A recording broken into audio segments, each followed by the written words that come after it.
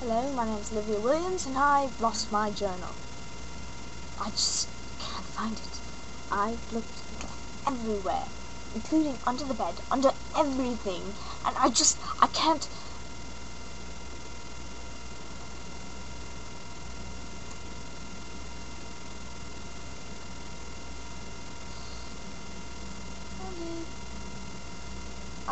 Let's see.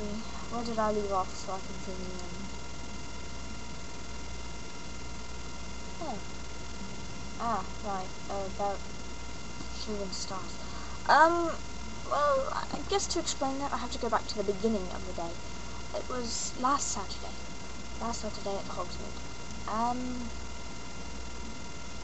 Yes.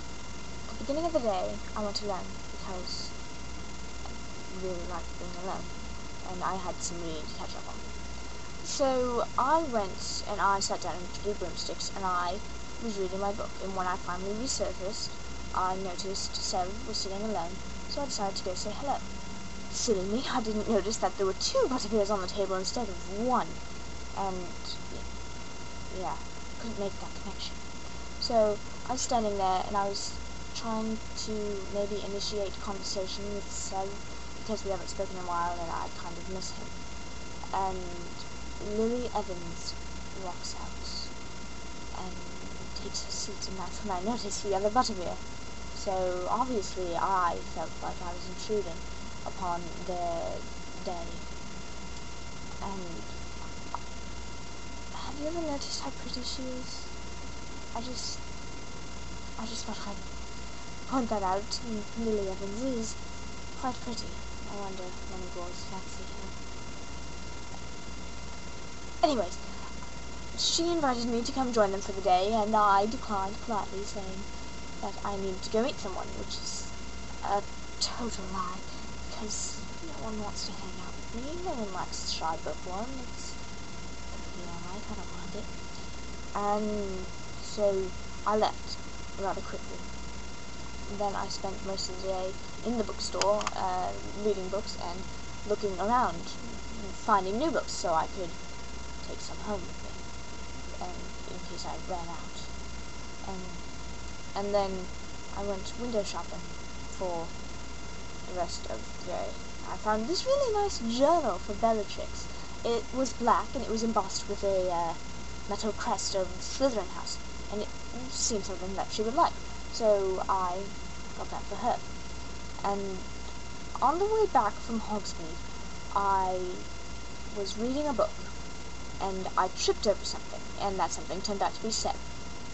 And he was laying on the ground, bleeding profusely, obviously immobilized. So I lifted the curse and asked him what had happened, but he just screamed in agony and clutched at his ear, which I noticed was split in twain. And then I conjured up a stretcher and tried to get him on it, but he refused flat out. And then he started rambling on about how it'd be better without him, and that it's better to die now from blood loss than any time later. And so we had a bit of a row about that, and I don't think I've ever yelled at anyone before. Eventually I managed to immobilize him again, get him on the stretcher, and up to the hospital room. And after he was all bandaged up and lying in bed, I asked him if he was mad at me for forcing him to do something he didn't want to do. And he said that it wasn't the first time, nor would it be the last time, that anyone forced him to do anything he didn't want to do. And I felt bad. I still feel bad. But I decided to leave him alone, because he would need to rest. And then I got up and I gave Bellatrix her journal, which I got for her, and ran out before she could say anything. I wonder if she likes it. Then, that night, when I was out doing my prefect patrol, I ran into Lila, and we started walking and chatting. Well, she was chatting and I was listening, and we ran into a Hufflepuff, whose name was David, and he was out of his dorm, and he was holding onto some brownies, and Lila had a sweet craving, and I figured, why not? So we all had a bite, and then I felt really happy. And the three of us, me, Lila, and David, we went out to the Quidditch pitch, and we lay down in the grass, and we looked at the clouds and the stars.